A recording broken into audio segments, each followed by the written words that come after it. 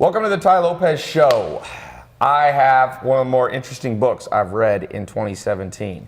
Scott Galloway, he flew out here on his way to Vegas to party. He's a professor at NYU. He's been ranked as one of the top business professors, and he wrote a book that I think is important. It's not just interesting, but it's important, and some books are interesting but not important, and some books are important but not interesting. So this is kind of both.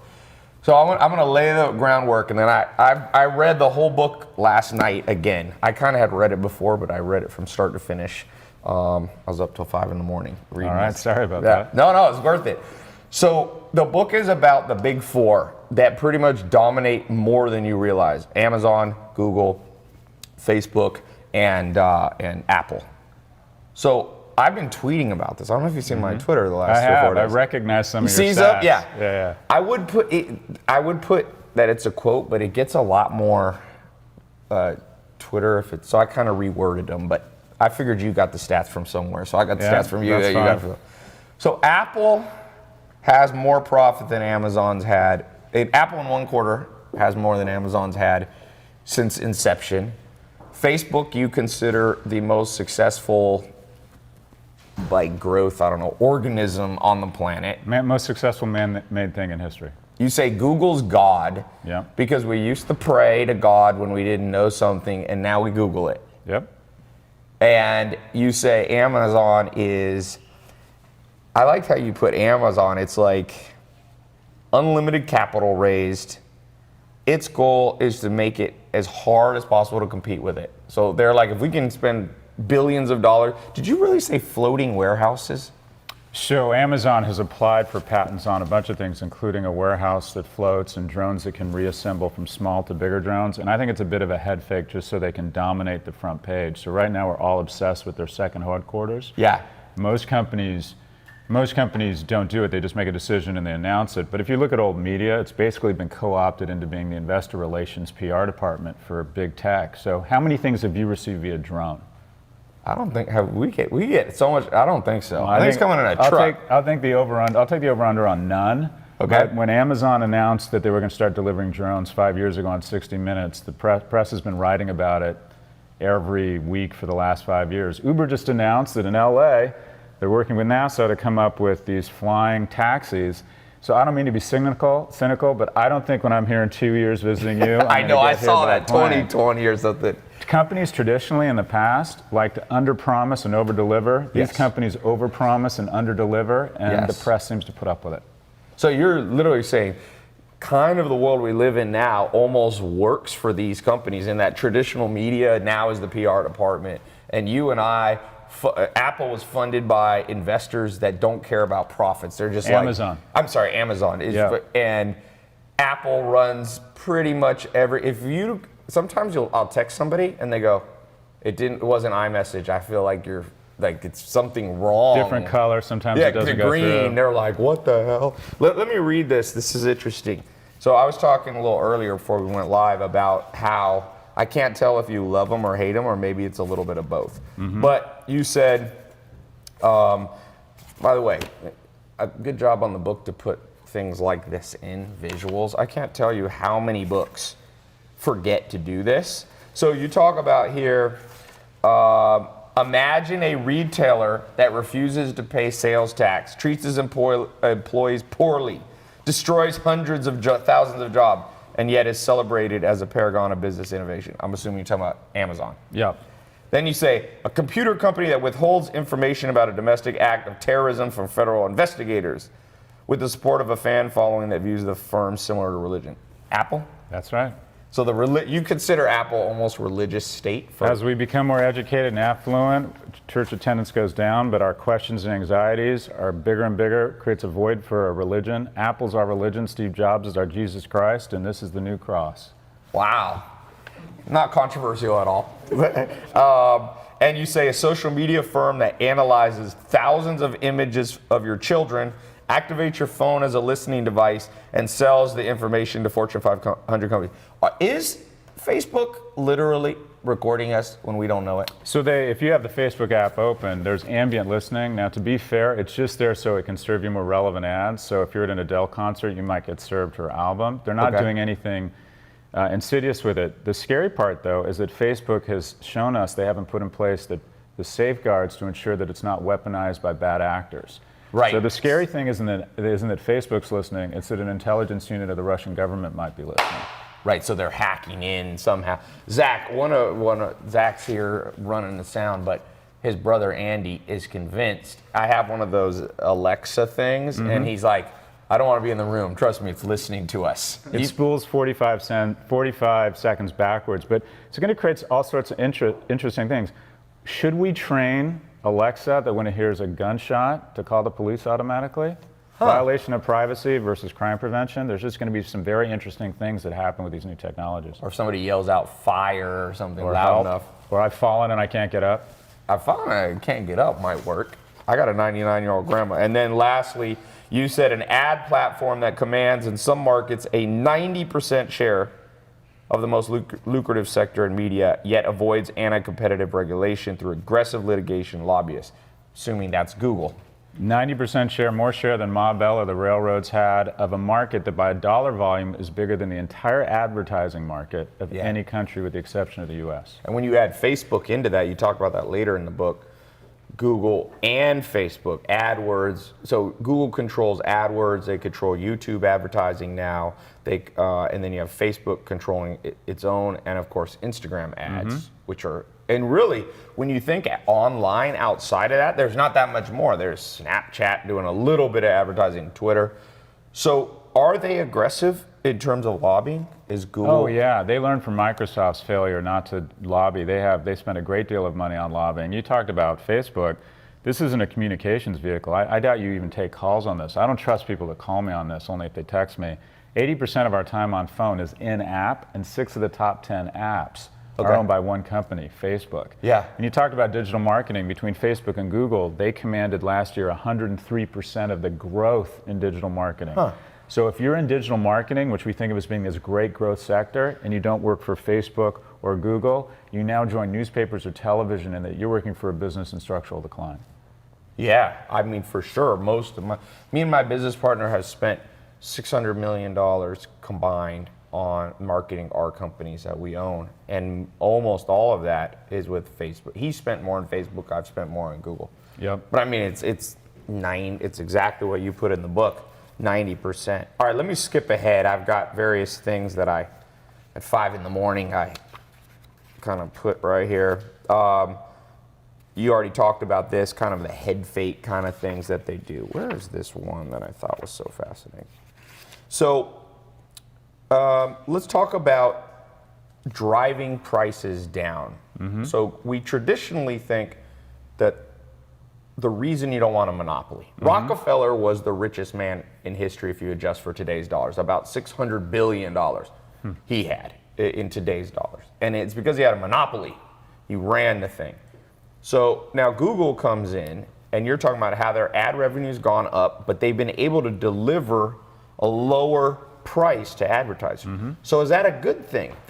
So maybe monopolies are good in this case because they're offering us cheap. The fact that Amazon is almost a monopoly on online, they're able to buy in bulk and ship. So can monopolies be good, or are they evil? So the term natural monopolies is that in some sectors that require enormous capital investment, it might make sense to let someone have monopoly-like power. So certain cable companies are offered limited competition and aren't subject to the same antitrust. What you have with Google and the other technology companies that you reference, it's so powerful, is they have a different gestalt. Most consumer companies think if we have a good year, if we're Chanel or Procter & Gamble, we raise prices faster than inflation. Tech comes at things with a different viewpoint. Google last year grew its revenues 20% while lowering its prices 21%. So if you're selling TV ads or print ads, you have to compete with a Google that has better products this year and lowered its prices 21%. So every year technology eats more and more of the economy because its viewpoint is let's massively improve our product, but let's also lower the prices. Whereas most consumer companies go, if we're killing it, let's raise prices. So in a way, it can be good, but maybe it's one of those monsters that can get out of control conceivably. And eventually, if Google just started doing things that we didn't like, we wouldn't have much control because we're running, like me, I'm running all my ads. And you see it with Facebook. If Facebook doesn't like a product you're trying to advertise, for those of you entrepreneurs listening in, you almost have to switch businesses. If it's, I know people that sell supplements, let's say. Facebook doesn't really like supplements. And so I know people that get out of that whole business once they realize Facebook won't approve their ads. Yeah, it's so. For example, with Google, there's a lot of concerns. One, there's now something called Google Answers, where people are now asking Google because they trust it more than their priest, their rabbi, their scholar questions, and Google is answering them for us. Yeah. And the question is, do we want to outsource truth? My kid no longer looks to me for answers. He asks Alexa. Right. So are we comfortable with a new source of information, and are we comfortable with this company controlling 90% share? It's also, you kind of honed in on the crux of the issue, and that is, we're going to wrestle with is what is always good for the consumer, always good for society. Right. Because it'd be hard to deny these companies aren't good for the consumer. But if Amazon is putting every retailer out of business, Facebook and Google will grow their business $22 billion this year. They need an additional 12,000 employees to handle that additional revenue. Traditional media companies, ad agencies, TV stations, need 150,000 people. So 12, roughly. So basically, you're going to have 2.5 Yankee stadiums of copywriters, creatives, showrunners, production teams get their pink slips every January 1 because of Google and Facebook's growth and efficiency. Yeah. So we've had that in the past. We're going to be replaced by robots. We've had job destruction. We've just never had companies this good at it. Yeah. I mean, there's all these books now about living wages and automatic kind of, what do they call it? Universal guaranteed income, yeah.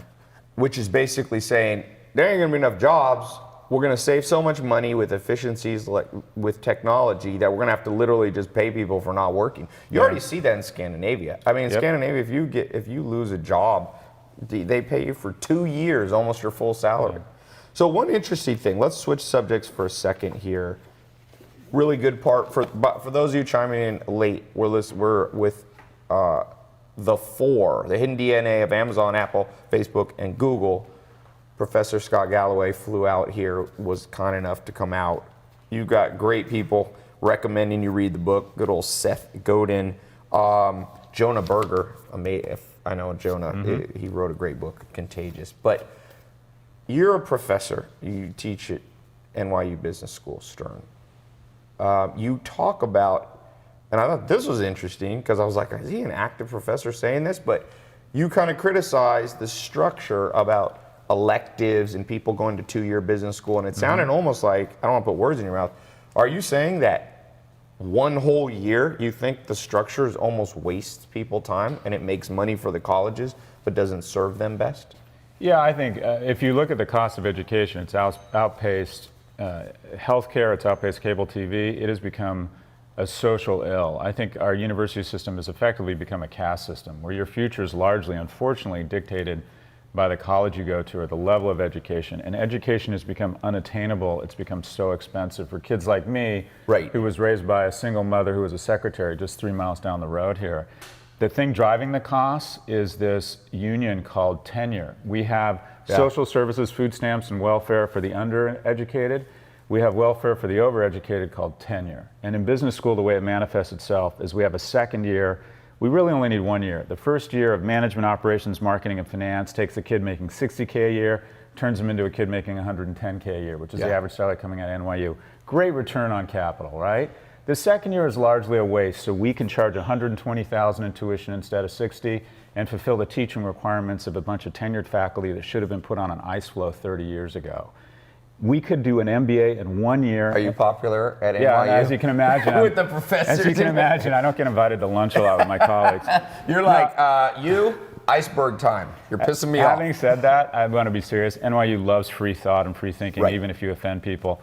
The second year should have 4 pillars too. And the 4 pillars should be Amazon, Apple, Facebook, and Google. To understand these companies, how they create value, the instinct they tap into, how they've been able to aggregate the GDP of India across the population of the Lower East Side of Manhattan, is to understand the intersection between technology, innovation, and media, and information services, and retail. So the 4 pillars of business, in my view, post management, operations, finance, and marketing, are these 4 companies. So for those of you listening that are entrepreneurs or considering being entrepreneurs, what you're really saying is, what you talk about in this book is the ultimate case study. If you dissect, reverse engineer these 4 companies, you almost have a micro model for anything that you want to do. You're going to need to know these skills. You're going to need to know the design and creativity and marketing abilities. This is how I think about it. Correct me if I'm wrong. To me, when I think of Apple, it embodies the ability to have sleek designs, urgency marketing, scarcity marketing. It's this beautiful, it's kind of beautiful. When I think of Google, like you said, I think of a lot of it's information technology. It's ultimately, they have PhDs in library science. If you get a PhD in library science, you're probably going to go work at somewhere like Google. When I think of Amazon, I think of aggressive business. I was just at a talk here in LA. Jeff Bezos stopped in, and the man was aggressively taking diapers.com was a company, and he went to the owner of diapers.com and he said, listen to me, sell me your company. And the guy said no, and he said, you better sell me your company or I'll just make my own diapers version. I'll drop the price and put you out of business. And he dropped the price, and one of his executives said to Jeff, if we lower the price of diapers this much, we'll lose $100 million a quarter. And he goes, I don't care.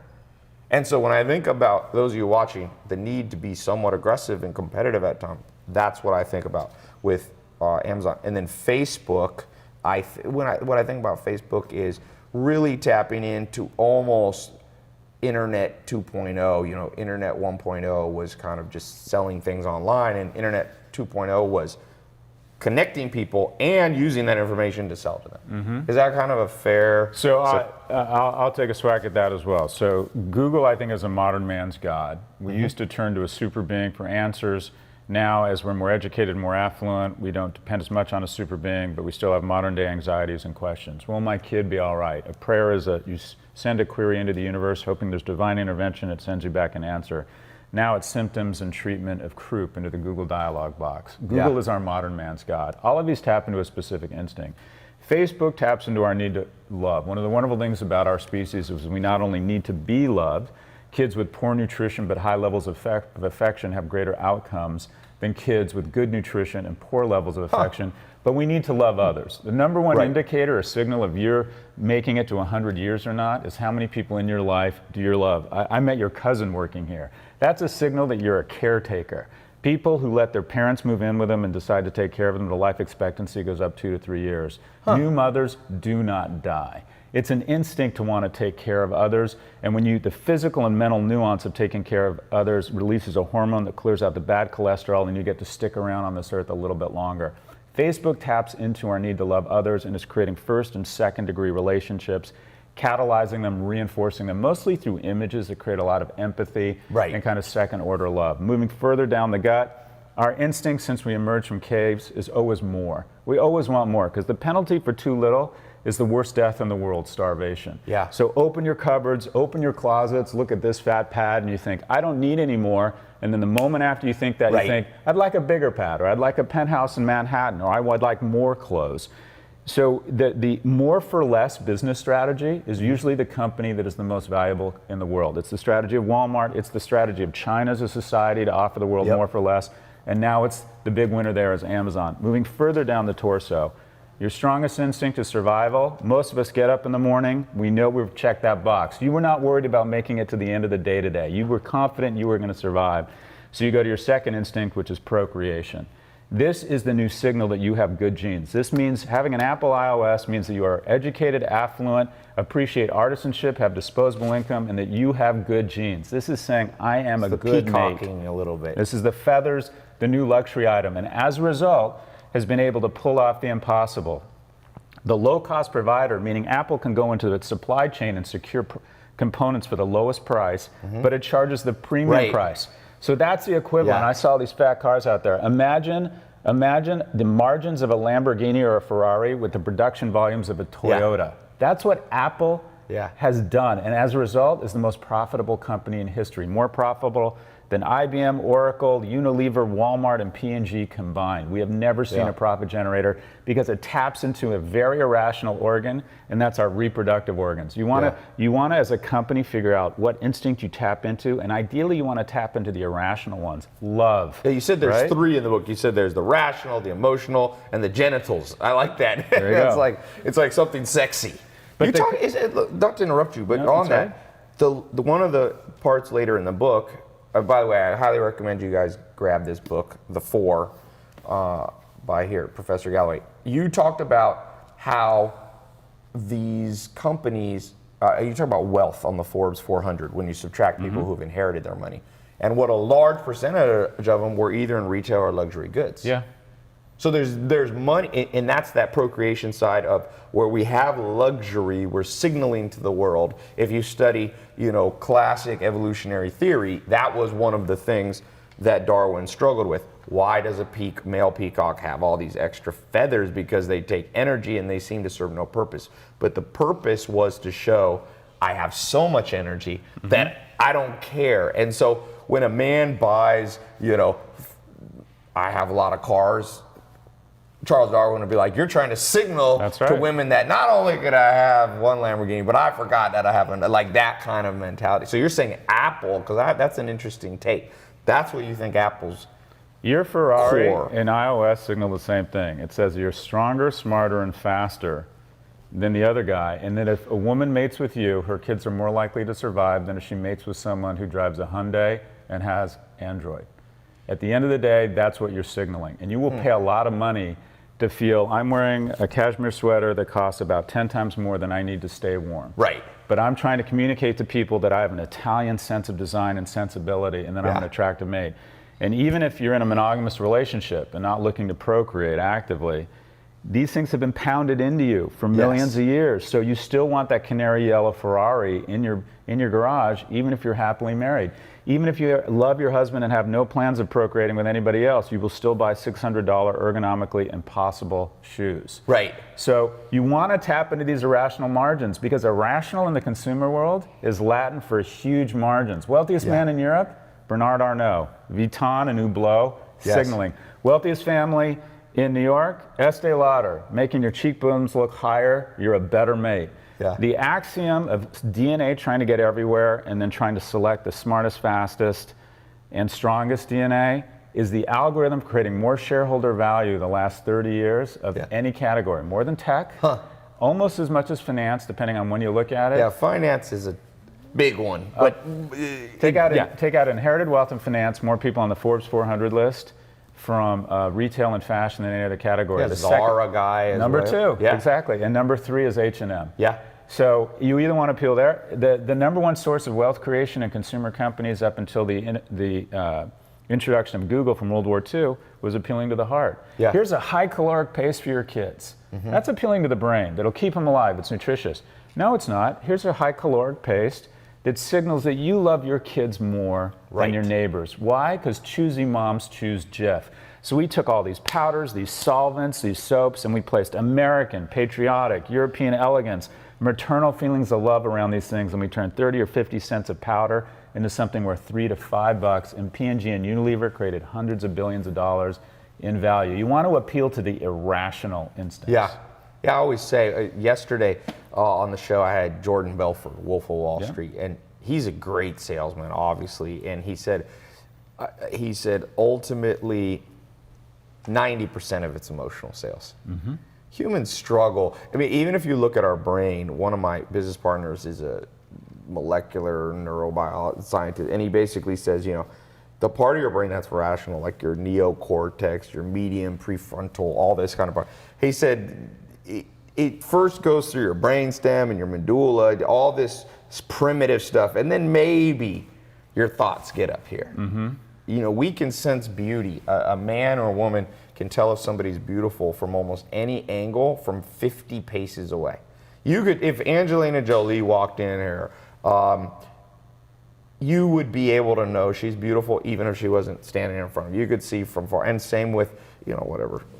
Hannah, what guy do you like? Matthew. She likes Matthew McConaughey. Okay. All right. I was talking on the Wolf of Wall Street. He was doing, the chest thumping part. Yeah, that's a great movie. That's only Matt McConaughey. They added that in. He's like, I never did that. All right, let's keep going through the book. A few more things that I wanted to talk about. So let's talk about. So we talked about the 4 massive companies. Mm-hmm. Okay, let's talk about the 5th potential horseman. So we had potential for Alibaba, Uber. I think you mentioned, what was the other one? Tesla. And now, you made a good prediction. You said he's going to expand out of cars. Yesterday, Elon Musk announces semi-trucks. Cool looking, boring right? Company. So if you had to bet, who's going to be the 5th big one? You talk about the problems with Alibaba and the problems.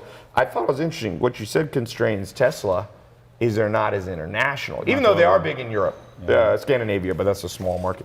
You talked about the constraints on Alibaba was capital. I thought that was interesting compared to Amazon. They don't have access to cheap capital. Also, Alibaba suffers a little bit from what Tesla suffers from, and the Chinese companies traditionally haven't been good at going global. Yes. There aren't that many global Chinese brands. And China hasn't been good at going global. I think it was Jared Diamond's book, Gun, Germs, and Steel, talks about how China's never traditionally been a conquering country in terms of going.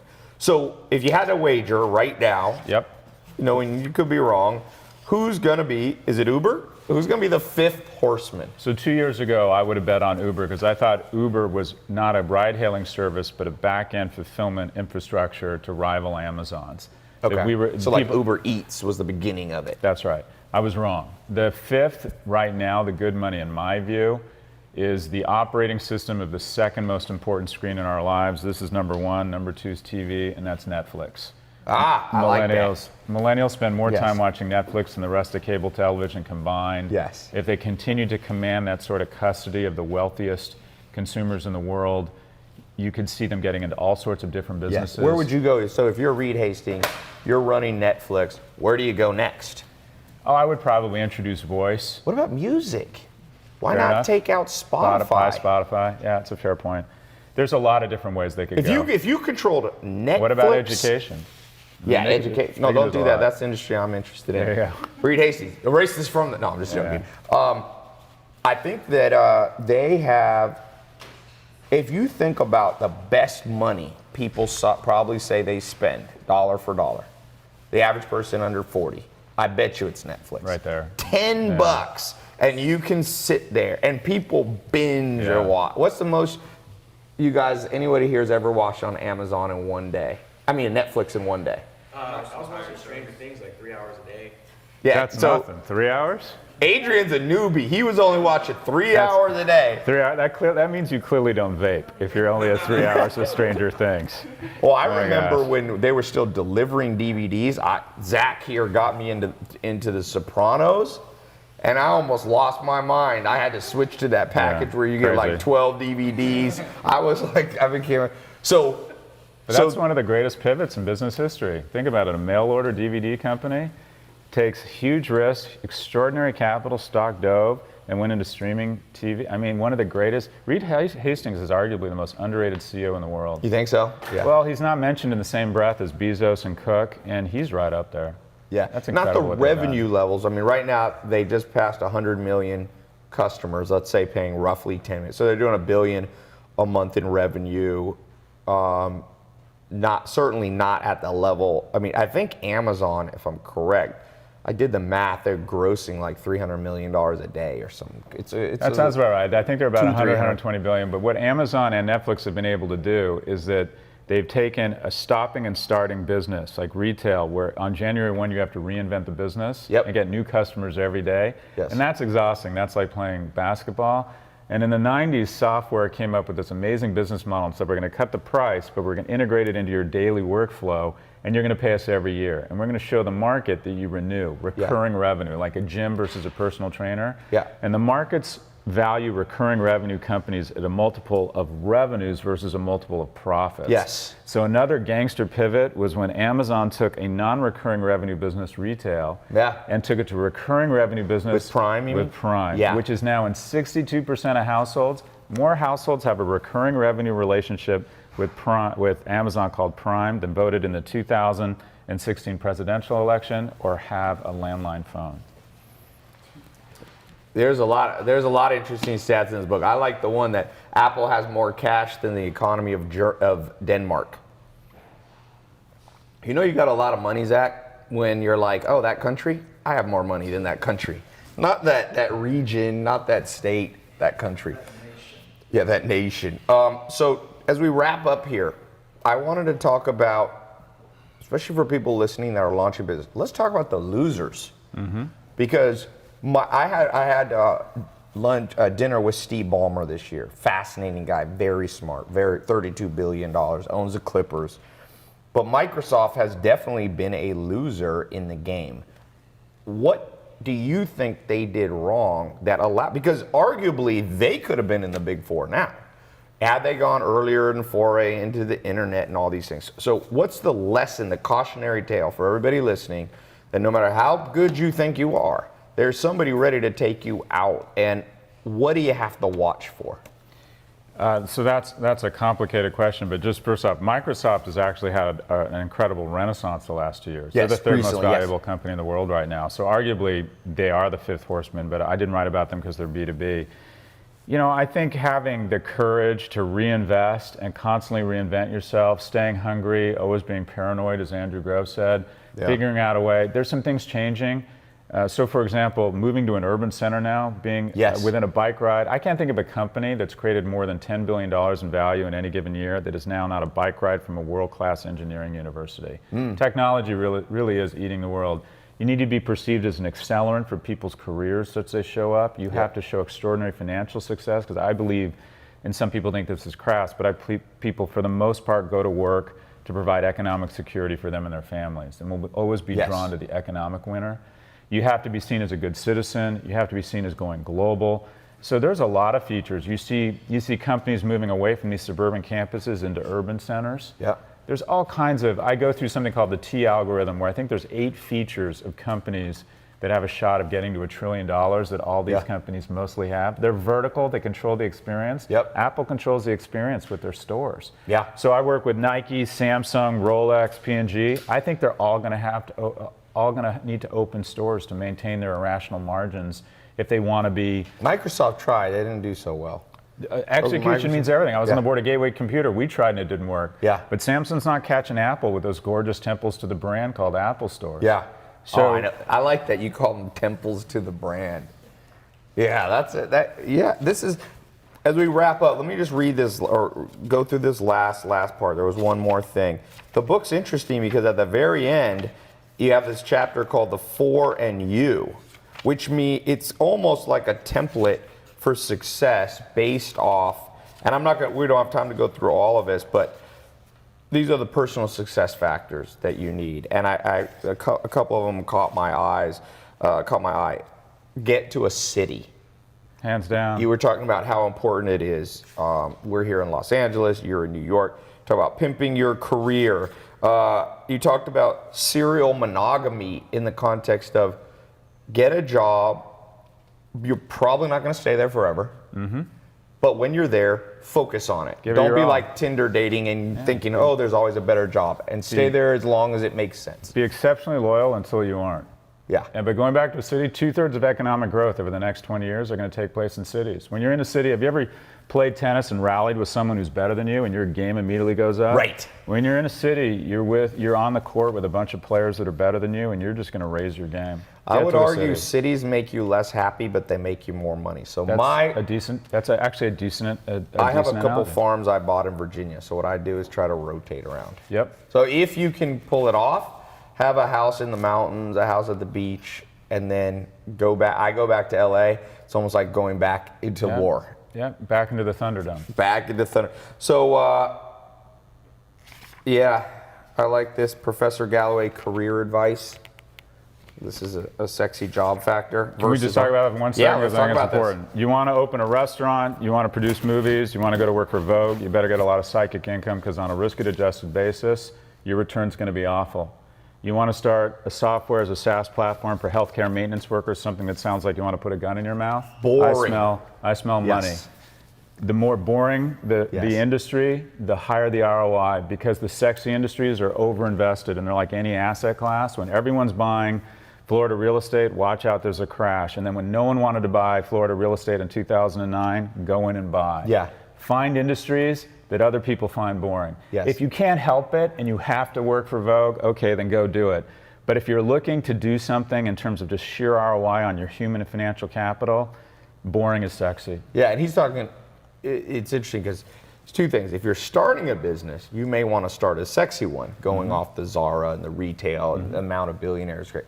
If you're an employee, you're saying those jobs, they're like, everybody wants to work for us. Interns here, you get, to get my donuts and that's it. So Wayne Huizenga was a billionaire. Unfortunately, he started Blockbuster, but he was already wealthy. And before that, he had Waste Management, which is a trash business. And I actually had a older mentor of mine, and him and a buddy had invested in, I can't remember if it was Waste Management, one of these.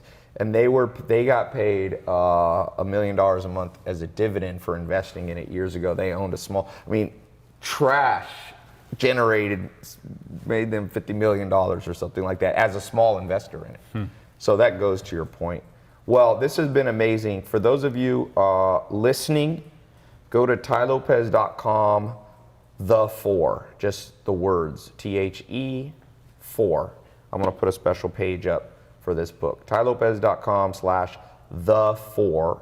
I'll put links to Professor Galloway's stuff. He's got a TED Talk he just did. He's got some great consulting companies for those of you listening who have enterprise needs. And so thanks for, don't party too hard in Vegas. No, we need to man. do a second interview. I could slip and break a hip if I'm not careful. No, I don't want it to be like one of those hangover things where 2 days later they find you on the roof. It would pimp the video views. The last interview I did, right? The last interview, the forgotten Tupac, Professor Galloway. Well, thank you for being here. Thanks for having me. Congratulations on all your success. No, on yours. This is a great book. Check out the book.